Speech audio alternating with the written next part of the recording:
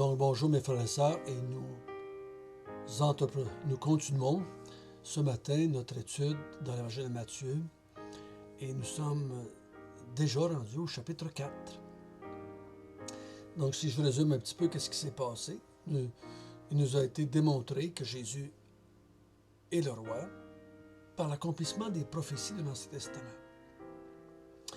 Il a été démontré qu'il était celui qui devait venir en accomplissant la prophétie qu'une vierge devait être enceinte. Et Jésus est cet enfant qui est venu au monde de cette vierge qui était enceinte, démontrant ainsi qu'il était le Fils de l'homme et le Fils de Dieu. Ensuite, il a accompli les prophéties qui concernaient l'arrivée du roi ou l'enfance du roi, parce que les mages sont venus et certaines prophéties ont été accomplies. Il est né à Bethléem, il était là en Égypte, et les enfants de Rachel sont morts et Rachel a pleuré. Bethléem a vécu une plaie épouvantable de la part du roi Hérode.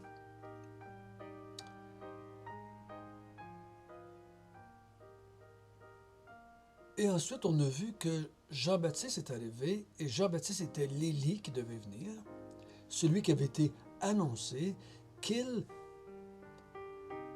prêcherait ou qu'il annoncerait la venue du royaume. Et on a terminé hier en voyant que Dieu avait déclaré Jésus comme étant son Fils et il avait oint du Saint-Esprit. Et ce matin, nous allons voir la suite presque immédiate. Aussitôt que Dieu a déclaré Jésus son Fils et que le Saint-Esprit est venu sur lui, tout de suite on va voir à partir du verset 1 du chapitre 4 qu'est-ce qui est arrivé. Mais nous allons commencer par la prière si vous voulez bien. Notre Père du ciel, conduis-nous pour qu'on puisse bien comprendre ce que nous allons lire ce matin. C'est un spectacle, si je peux dire comme cela, rare.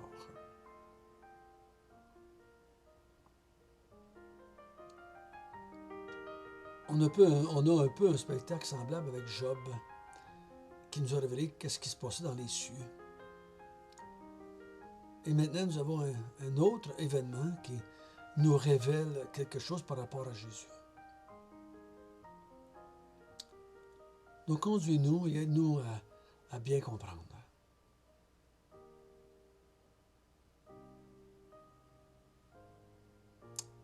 C'est en son nom que nous te prions. Amen.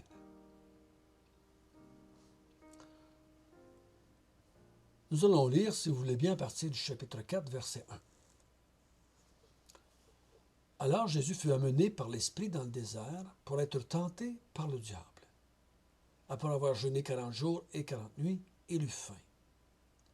Le tentateur s'étant approché lui dit, « Si tu es le Fils de Dieu, ordonne que ces pierres deviennent des pains. » Jésus répondit, « Il est écrit, l'homme ne vivra pas de pain seulement, mais de toute parole qui sort de la bouche de Dieu. » Le diable le transporta dans la ville sainte, le plaça sur le haut du temple et lui dit, « Si tu es le Fils de Dieu, jette-toi en bas, car il est écrit, il donnera des ordres à ses anges à ton sujet, et ils te porteront sur les mains, de peur que ton pied ne heurte contre une pierre. » Jésus lui dit, « Il est aussi écrit, tu ne tenteras point le Seigneur ton Dieu. » Le diable le transporta encore sur une montagne très élevée, lui montra tous les royaumes du monde et leur gloire, et lui dit, « Je te donnerai toutes ces choses si tu te prosternes et m'adores. » Jésus lui dit, « Retire-toi, Satan, car il est écrit, tu adoreras le Seigneur ton Dieu et tu le serviras lui seul. » Alors le diable le laissa, et voici, des anges vinrent auprès de Jésus et le servirent. Aussitôt que reçut le Saint-Esprit et qu'il était déclaré Fils de Dieu, verset 1 dit, « Alors l'Esprit qu'il avait reçu le conduit au désert. Ce n'est pas Jésus qui décide d'aller au désert, comme certains ont déjà dit, pour se préparer à son ministère. Non, c'est l'Esprit qui l'amène là. Dans un lieu qui, humainement parlant, on essaie d'éviter. Et parce que ce n'est pas un milieu hospitalier pour l'être humain. Et la raison que l'Esprit l'emmène là, ça nous surprend un peu, c'est pour être tenté par le diable.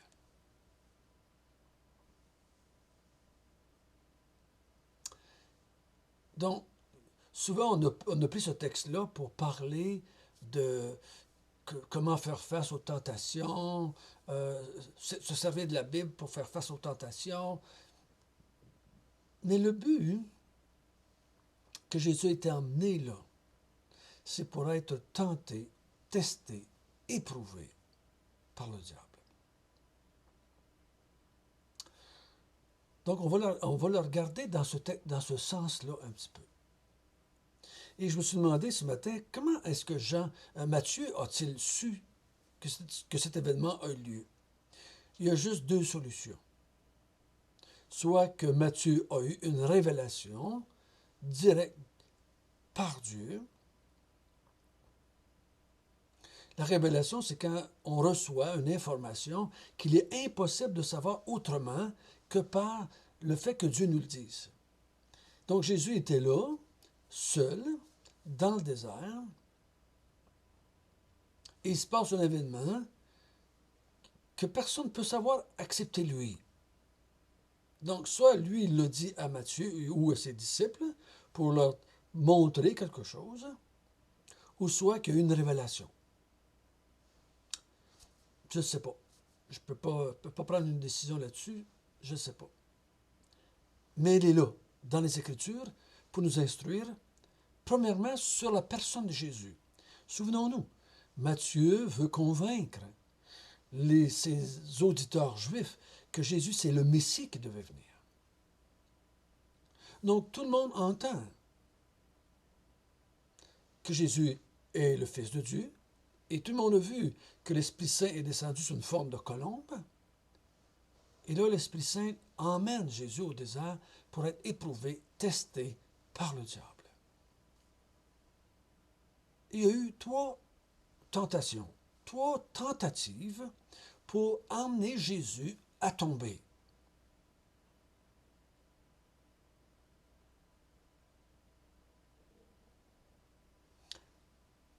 Pourquoi est-ce que Dieu veut cela? Pourquoi est-ce que Dieu veut que Jésus soit tenté dans le désert? Nous, on fait passer des tests à des gens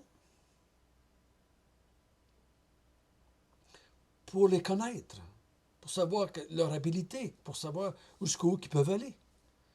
Mais ici, quel est l'avantage que Dieu a?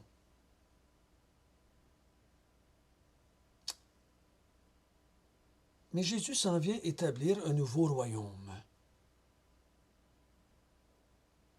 Un royaume dans un monde où est-ce que c'est les ténèbres qui règnent. Satan est le prince de ce monde. Le diable règne dans ce monde, et c'est un règne de ténèbres. Et Jésus vient dans ce monde établir un royaume. Et ça va être un royaume de lumière, un royaume, on a vu ensemble dans les jours passés, un royaume essentiellement spirituel. Donc, ma compréhension, c'est que le diable vient ou pour tenter Jésus, où Dieu veut démontrer la suprématie du nouveau royaume sur l'autre royaume. Donc, il veut montrer que le nouveau roi est plus fort que l'ancien roi, qui va perdre son royaume. Le roi est venu pour établir un royaume, donc il doit défaire l'ancien royaume. Il doit combattre l'ancien royaume. Donc, Dieu l'amène là pour démontrer que le nouveau roi est plus fort que l'ancien roi et qu'il va établir son royaume malgré l'opposition de l'autre roi. Donc, qu'est-ce qui se passe? Jésus, après 40 jours et 40 nuits, il a faim. Dans ma tête, je me suis dit, il a certainement dû avoir faim avant ça. Mais il a eu faim, cette journée-là. Le tentateur s'approche. Est-ce que c'est le maximum? Est-ce que c'est... Il a attendu le moment le plus dur? Il y a toutes sortes de données scientifiques sur qu'après 40 jours ou à 40 jours, si tu jeûnes pendant une période de 40 jours, le corps passe à une étape suivante, qui est plus difficile. Est-ce que c'est ça? Peut-être. Mais le diable attend ce moment-là, il s'approche et il dit, si tu es le Fils de Dieu, est-ce qu'il ne le croit pas? Moi, je ne crois pas que Satan hésite. Je ne crois pas qu'il n'est pas sûr. Mais si tu es le Fils de Dieu, parce que ton Père vient de le déclarer, tu ne devrais pas être dans un lieu désert de même. Tu ne devrais pas souffrir de faim. Tu devrais être traité comme un roi si tu es le Fils de Dieu. Donc il dit, fais-toi de la nourriture, prends ces pierres, fais des pains et mange.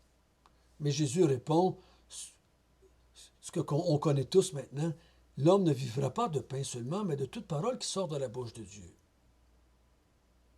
Et il résiste à cette tentation-là. Et l'autre tentation, c'est il le prend, il l'amène sur le temple et lui dit, jette-toi en bas, et vu que tu es tellement important, vu que tu es le Fils de Dieu, les anges vont venir et vont t'empêcher de tomber et de te faire du mal. C'était vrai. Ce qu'il a cité, c'était vrai. Mais il dit, tu ne tenteras pas le Seigneur ton Dieu. Oui, Dieu a dit qu'il protégerait, mais pas parce que moi je le tenterai. Pas pour éprouver Dieu. Je vais me jeter en bas, là, puis je vais voir si tu m'aimes. Non, non. Il dit, on ne tente pas Dieu. Et le Satan revient une troisième fois et lui dit, si tu veux m'adorer, je vais te donner tous les royaumes de la terre.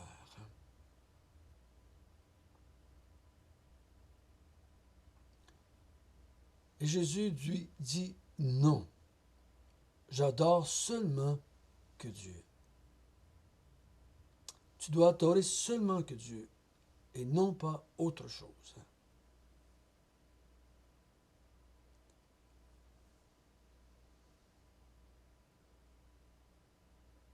Jésus va établir son royaume, il va posséder les cieux, la terre, les royaumes de ce monde, il va les prendre, mais pas de la manière que Satan veut qu'il les prenne. Il va les avoir, ces royaumes-là. Il va les conquérir. Et il va établir son nouveau royaume. Et il va détruire tous les autres royaumes qui ne voudront pas se soumettre à lui. Même Satan va être finalement jeté hors de ce royaume et il va aller dans le feu éternel. Il va être enfermé dans un lieu. Donc, Jésus n'a pas besoin d'adorer Satan pour posséder ces royaumes. Il est venu pour en prendre possession en tant que nouveau roi. Donc, Satan s'éloigne. Jésus a eu la victoire sur l'ancien roi. Oh, il va revenir. Il va revenir à l'attaque. Plus loin. Mais ici, je crois que Jésus démontre la suprématie de son pouvoir, de sa capacité sur le prince de ce monde de ténèbres. Et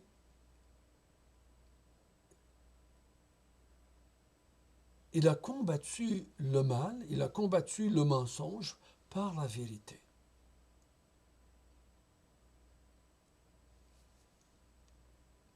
Et aussitôt que sa tête est partie, la Bible nous dit ici au verset 11, les anges vinrent et le servirent. Donc, je présuppose qu'ils lui ont emmené de la nourriture, je pense. Mais quelle sorte de service lui ont-ils emmené? Dans le contexte, ça semble logique de penser qu'ils ont peut-être emmené de la nourriture à Jésus.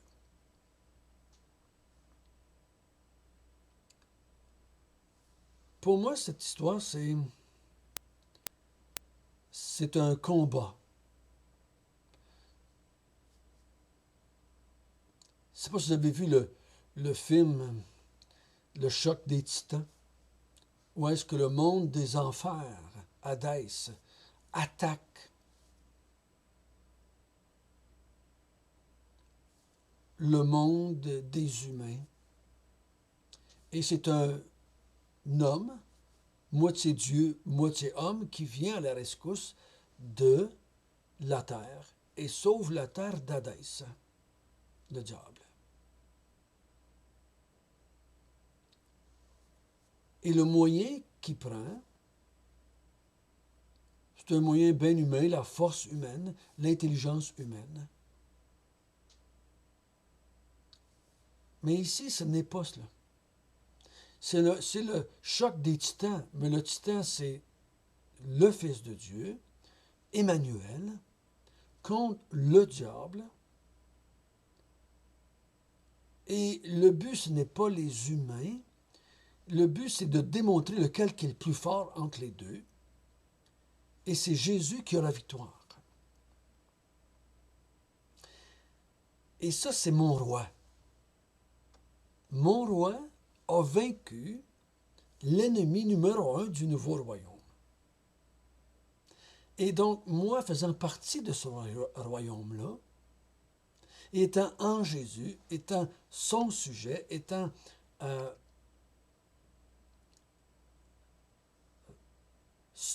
faisant partie de ce royaume-là, je n'ai pas à craindre le diable. Oui, il va revenir me tenter. Oui, il va venir encore attaquer le royaume.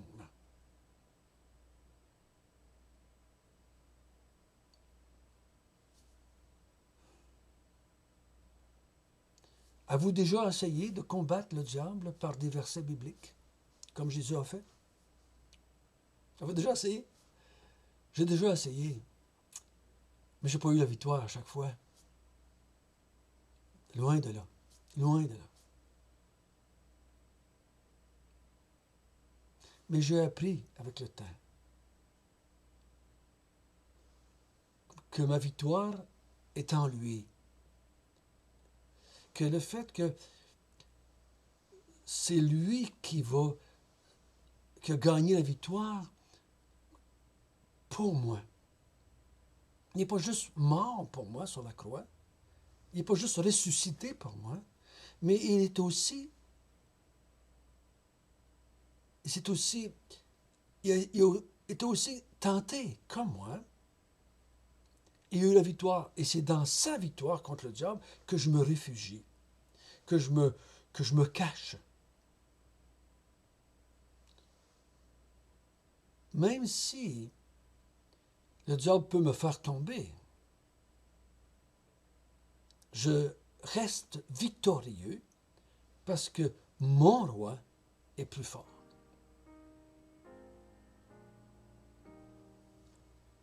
Donc, il y a un grand soulagement pour moi ce matin en lisant ce texte-là, que même si moi je ne suis pas capable, même avec des versets bibliques, avoir toujours la victoire, le fait que je suis en Christ et avec Christ dans son royaume, la victoire m'est assurée.